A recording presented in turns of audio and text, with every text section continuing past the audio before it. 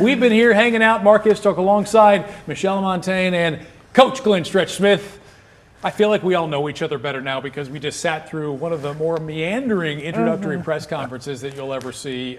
We heard from Brian Scottenheimer first, which I thought was a little bit of a surprise. I thought Jerry would really set the table before we got to Coach Scottenheimer, but he talked about his legacy as a kid who grew up in a football family. Of course, his dad, Marty Schottenheimer, a legend in NFL circles. He talked about his experience, how this was the right time. But I was most surprised, guys, by the fact that it took about 20 minutes or so before we heard someone on stage say the word Super Bowl.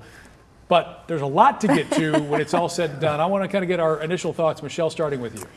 I think initially it was good to hear from Brian Scottenheimer to get a feel for how he's going to be as a man leading this franchise. And by all accounts in that realm, I think he delivered really well.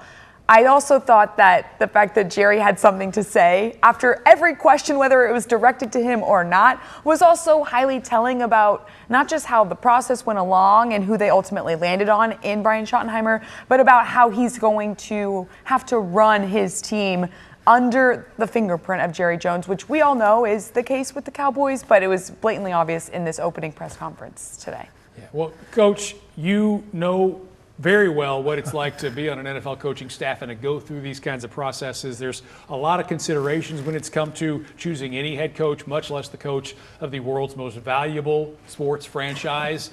Did they make the right decision? Did you feel any differently after what we just saw? Well, not really.